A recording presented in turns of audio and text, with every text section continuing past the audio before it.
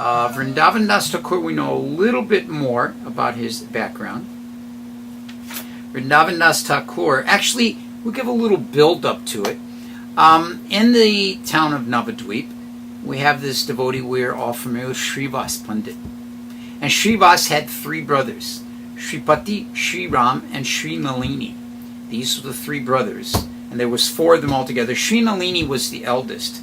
Now, Sri Nalini had a niece, and that was Srivas's daughter. And, no, I'm sorry, it was Srivas's niece. It was the daughter of Nalini, of Sri Nalini.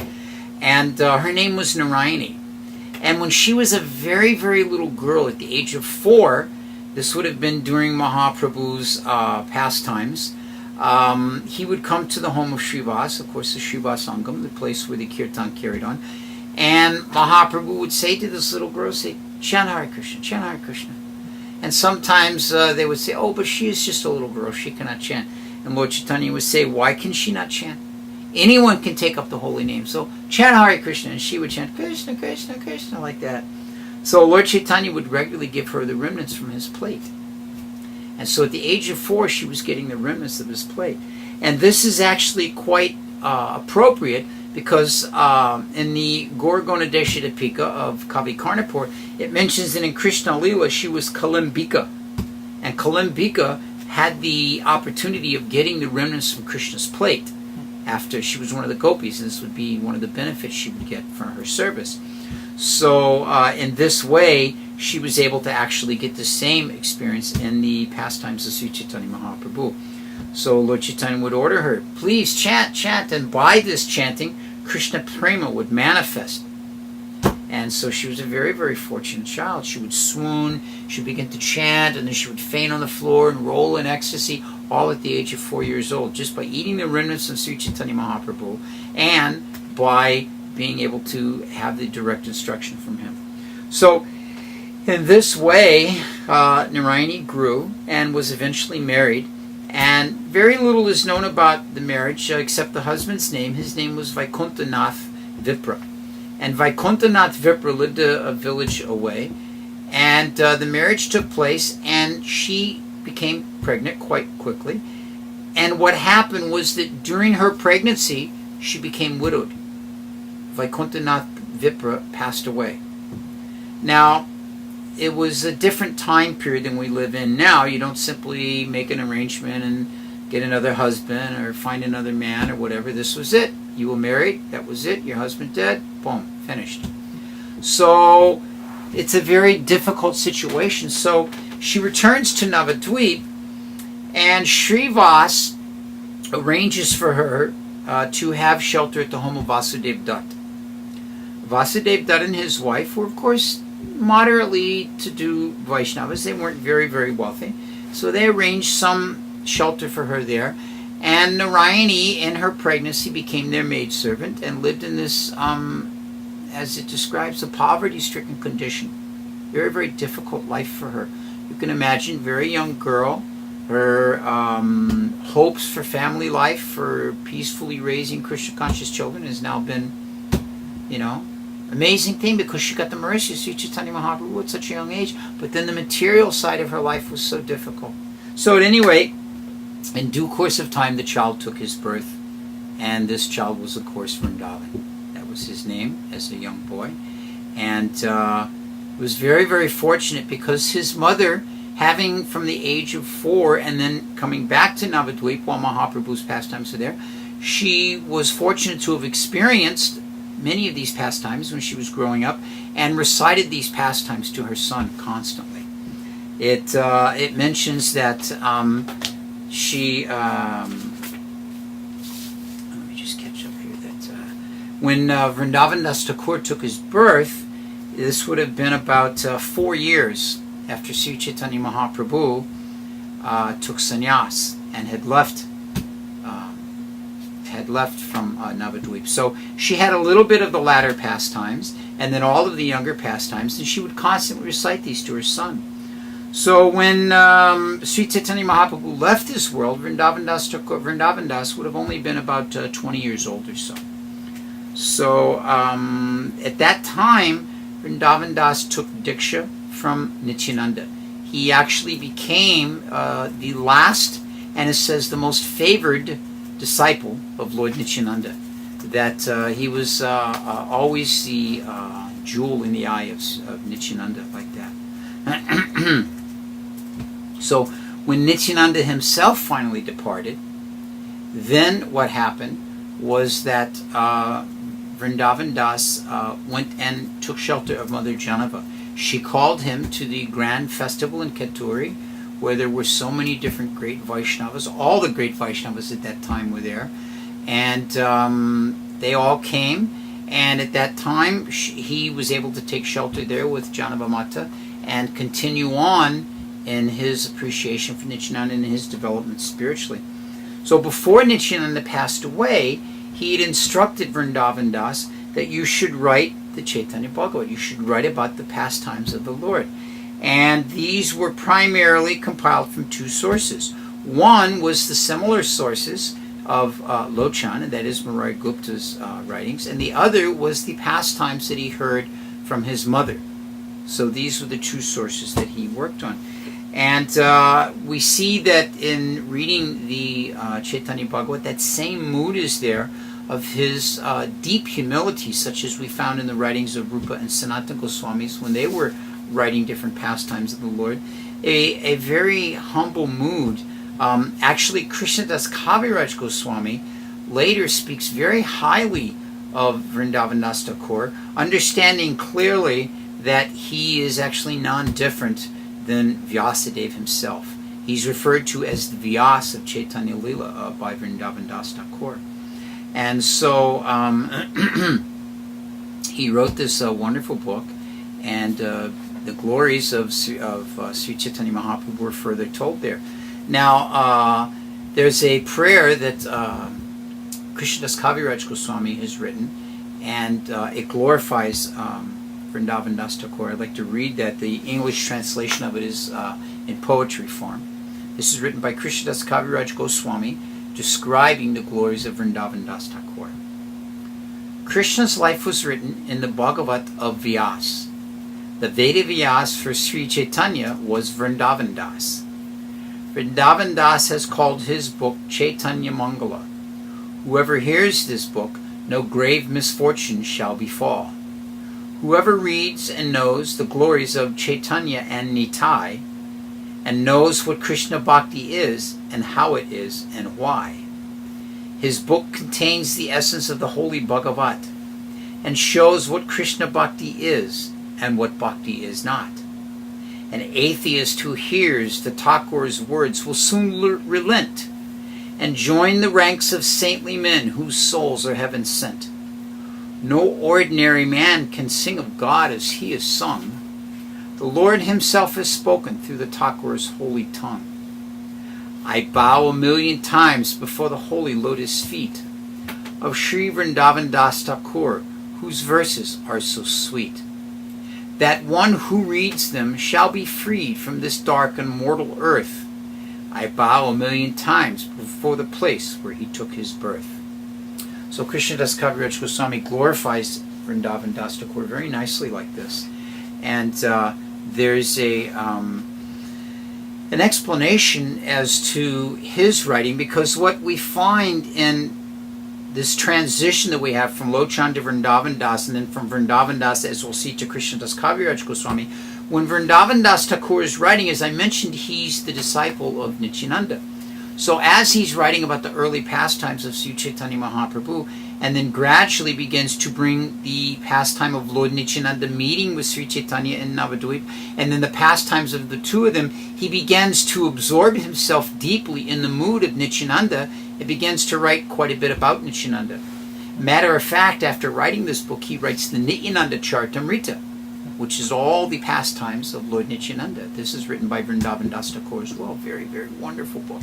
So we were speaking about how Vrindavan Das Thakur, in his writing of the Chaitanya Bhagavat, as the part came where Nityananda and Lord Chaitanya met and they had their Navadvip pastimes together, being the disciple of Nityananda, he became very, very much absorbed in that way, and then spent a lot of time describing those things and did not dwell so much on the later pastimes of the Lord. on the what's called the Madhya Lila, or particularly the Antya Lila. And so in this way, it kind of almost, it's as if that part of Lord Chaitanya's pastimes were not presented, and this was greatly missed by many of the devotees. So what we have is that, he has written his Chaitanya Bhagavat, he's written his Nityananda Charanamrita, and we unfortunately do not find a lot of other information available. But one very, very important thing we do find, and this is an instruction from Vrindavana Das Thakura that is very pertinent to all of us in the process of devotional service. He is very, very specific about not offending Vaishnavas. Let me find this here. Vrindavana Das Thakura writes as follows: if someone blasphemes a Vaishnava, even after being told how objectionable such blasphemy is, I will kick him in the head. This is the words of Vrindavana Das Thakura. Vrindavana Das Thakura says a lot of things like this. You'll find in the earlier parts when he talks about if someone says something blasphemous, they should be dunked in the Ganga repeatedly. Or if someone makes an offense, they should be slapped upside the head. He actually says things like this. So he says here that if someone blasphemes a Vaishnava, I will kick them in the head. Now, sometimes people use this to criticize Vrindavana Das Thakura not being very magnanimous. But Bhaktisiddhanta Saraswati Thakur gives a very nice explanation of this. And he explains that what this means is that if the dust, a particle of the dust from the feet of Vrindavana Das Thakura touches the head of such a blasphemer, this is their only hope of correcting their offense. And by that dust from his feet, they actually have the hope of being released from that offense of blaspheming a Vaishnava. And in this way, his putting his feet to their head, as it might be politely said, is for their greatest benefit. So Bhaktisiddhanta Saraswati gives that very nice explanation. So we're going to move from Vrindavana Das Thakura now over to Krishnadas Kaviraj Goswami. Krishnadas Kaviraj Goswami was born in Katwa. Katwa is a part of Bengal. And his mother and father, his father's name was Bhagirat, and his mother's name was Sunanda. Bhagirat and Sunanda. And so both were great devotees of Lord Chaitanya. And he actually had a brother as well. The brother's name was Shamraj or Sham Kaviraj. Let me just check. Sham Kaviraj. Sham Das Kaviraj. Sham Das Kaviraj. So this was his brother. So in this way, very little is known about his early life, except that he was incredibly renounced, and that he didn't have any interest or attraction for any type of family life or material life. Some biographers mention that he was married and left his family early to go to Vrindavan. Some say that he was a lifelong brahmachari. But either way, we know that his level of renunciation was greatly manifested in his living in Vrindavan and in his pastimes there. Now, prior to going to Vrindavan, there's a very interesting story that he was invited, that you may remember. There's a very dear associate of Lord Nityananda called Manikatam Ramdas. And Manikatam Ramdas had this flute that he would play during the kirtans. And very, very wonderful. And when the kirtans would become particularly ecstatic, he would take this flute and occasionally slap somebody with it. And maybe sometimes he might give a big bear hug and then, give somebody a smack on the head. And, these were all in loving exchanges, not like aggressively but so this flute was his favorite instrument like this. So at any rate, they were invited one time. Krishnadas Kaviraj was invited. He had organized a kirtan program, like a 24-hour kirtan, if you will. And he invited all these different devotees there. And so Manikatam Ramdas came, and his brother Shamdas Kaviraj was there, of course. And so it mentions that everyone was just greatly appreciating the kirtan, particularly the kirtan of Manikatam Ramdas, with the exception of this one devotee named Gunarnava Mishra. And Gunarnava Mishra began to insult the devotees there. It was really not very nice. And Ramdas, when he heard these insulting words, because Gunarnava Mishra was the family priest, and he had an actually elevated position. And when Manikatam Ramdas heard these words, he said, just see, here is a second Romaharshan Sutta. Now, those of you that are well versed may remember that Romaharshan Sutta was at the forest of Naimisharanya, and he was speaking on the seat of Vyasadeva to the sages. And at that time, Lord Balaram came. And when Lord Balaram came, everyone got up and rose and respected Lord Balaram, except Romaharshan. So Romaharshan Sutta thought, well, I don't have to rise, I'm sitting on the seat. So this was offensive, because, of course, Balaram's the personality of Godhead. So Balaram took a blade of kusa grass and touched him with the kusa grass, and this finished his life. So in the same way, because of his disrespect to seniors, Gunarnava Mishra was compared in this way, and he was immediately released from the service of the family and sent out. And so after he was chastised in this way, he began to argue with Krishnadas Kaviraj. After he was sent away, the brother began to argue. And there was, the brother had a lot of appreciation for Sri Chaitanya Mahaprabhu, but very little appreciation for Nityananda. So he began to speak of one over the other, and Krishnadas Kaviraj Goswami stopped him. He said, you're completely wrong here. Your philosophy is comparable to the philosophy of accepting half of a hen. We know this famous parable that the hen would lay golden eggs, and so the man wanted only the back half. He wanted only the part that laid the golden eggs, because he had to feed the front part. It cost him so much money. So he didn't want that part. So Krishnadas Kaviraj Goswami said to his brother, he said, this is like the philosophy of accepting half of a hen. So in this way, there was a great disagreement in the family and a great uproar, and it was very unpleasant. Manikatam Ramdas broke his flute. You can imagine how angry a musician has to be to break his flute. He broke his flute, and he left the place. And Krishnadas Kaviraj felt so badly. So he went to bed that night, and in his dream, and at night while he was sleeping, he had a dream. And in that dream, Nityananda Ram himself appeared to him.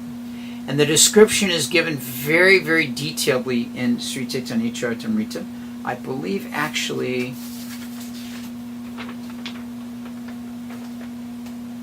yes, there's a very wonderful description. I'm going to read this here.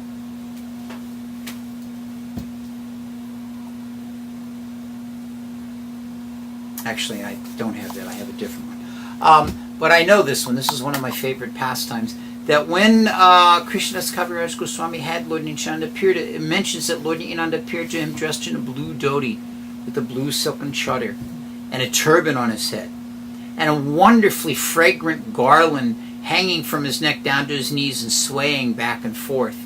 And it was surrounded by the bumblebees. Not only the bumblebees who were attracted to the garland, but the bumblebee-like devotees of Lord Nityananda that were attracted to his lotus feet. And it mentions that there were chamara fanners on either side of him, and that Nityananda had this beautiful complexion, and he was chewing betel and had this beautiful reddish appearance in his mouth. And in this way he looked so wonderful. And he said to Krishnadas Kaviraj, get up, go to Vrindavan, for by going to Vrindavan you will attain all good fortune. And then he disappeared.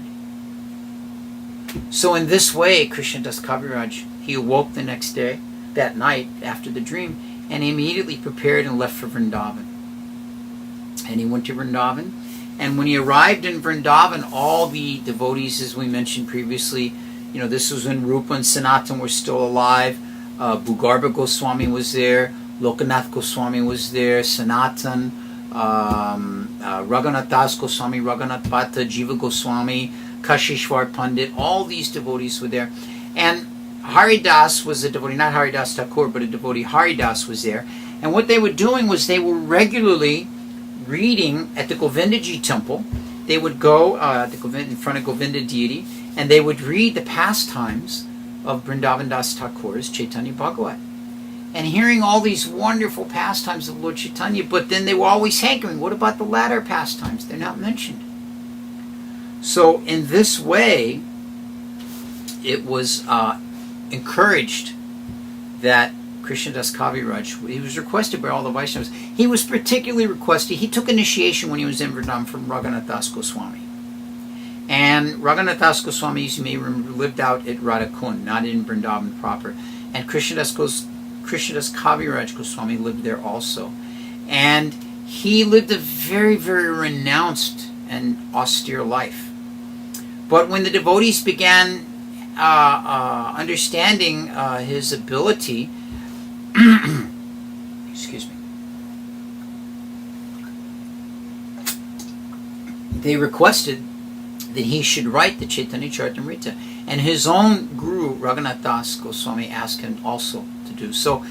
Instead of thinking, this is what I was talking about at the beginning of the broadcast about an author, instead of thinking, well, certainly I can write this, let me just get a pen and paper and get to it. I mean, after all, I can do this, not a problem. His mood was quite the opposite. First of all, he made sure that all the Vrindavan Vaishnavas wanted him to do so. And once being assured of this, all right. Then he went to the deity of Madan Mohan. First he went to the deity of Govindaji, and he requested. Then he went to the deity of Madan Mohan, and he asked, please, you give me your blessings that I may write this pastimes of Sri Chaitanya Mahaprabhu as the devotees have encouraged me. And upon that request being given, it mentions the garland fell from the deities. Now, this is a very important thing. It's mentioned in the, I'm trying to remember. I think it's the Hari Bhakti Vilas, but I'm not positive. One of the Vaishnava Shastras dealing with deity worship, that when the garland of the deity or a flower falls from the deity at the time of making a prayer or a request of the Lord, it should be understood that that is granted. That's the Lord's agreement. I wish I could remember where I read that now. At any rate. So in this way, Krishnadas Kaviraj Goswami understood that yes, now the Lord has blessed me as well. So he very carefully looked at the pastimes written by Lochan and Vrindavan Das Thakur, because he mentions he did not want to be repetitious and cause the voluminous nature of the Chaitanya Charitamrita to become even bigger. Already it's a 17-volume book, and he didn't want it to become more and more so. So he, as you read, there's a little bit of lighter presentation of the early pastimes. They're given, but a little bit quickly. And then the Madhya Lila, there's great emphasis on the Madhya Lila, because this is the pastimes that were not mentioned so much in the previous works. And these are very, very detailedly given from Sarup Damodar, who was the personality that primarily gave him his notes, because as you remember, Sarup Damodar was there for these pastimes of the Lord in Puri and traveling like that. And so these were the source material that he used for this. And eventually, of course, he completed the work. He mentions in his own writings that I'm very old and feeble now. Krishnadas Kaviraj Goswami lived to be about 96 or 97 years old, and he was quite elderly already when he began the writing of the Chaitanya Charitamrita. So in this way, he several times speaks about his inability and his questioning himself, will I be able to complete this work? I'm so old and aged and fragile, will I actually be able to complete this work before, my life finishes? And so in this way, he actually does complete it. There's a very nice description I want to finish this with, and that's the character, the qualities of Krishnadas Kaviraj Goswami. This describes here, by associating with Krishnadas Kaviraj Goswami, an eternally liberated associate of Lord Chaitanya, one has the opportunity to develop the Vaishnava qualities of humility, innocence, integrity, equanimity, gentleness, purity, selflessness, patience, kindness, gravity, freedom from material desires, mild temperament, control over the 6 passions, friendliness, honoring of all beings, being silent, expert, poetic, and total surrender to Sri Krishna. So these are the qualities that are present in the activities and in the pastimes of Krishnadas Kaviraja Goswami. He describes himself in the Chaitanya Charitamrita, what I'm writing is like the repetition of a parrot. I write simply as Madan Gopal orders me, just as a wooden marionette is made to dance by a puppeteer. I particularly like this verse because it reminds me of the prayer that Srila Prabhupada offered in his humility when he arrived in America. We just celebrated this a weekend or two ago, 2 Sundays ago, was the anniversary of Prabhupada's arrival in America. And Prabhupada wrote in his prayer, make me dance, O Lord, make me dance. He was describing how the residents of America, the Kali Yuga residents of America, were completely in the modes of passion and ignorance and had no taste for spiritual life and had no higher principles of human living, as anybody of culture, genuine culture, would understand. And yet he said, you brought me here, you have made arrangement for me to come, now make me dance, oh my Lord, make me dance. And this is the same mood that we see in this prayer here, written by Krishnadas Kaviraja Goswami. Just as a wooden marionette is made to dance by the puppeteer, in this case the puppeteer being Madan Gopal. So these 3 individuals, we have a great appreciation for their combining together in their own separate ways, presenting different areas of the pastimes of Sri Chaitanya Mahaprabhu, and really giving us an opportunity to enter into his life. Lochan Das Thakur in his Chaitanya Mangala, Vrindavana Das Thakur in his Chaitanya Bhagavat, and Krishnadas Kaviraja Goswami in his Sri Chaitanya Charitamrita. We have all of those books available. Fortunately, the Chaitanya Charitamrita was given to us originally by Srila Prabhupada. He made sure to get this translated before his departure from this world.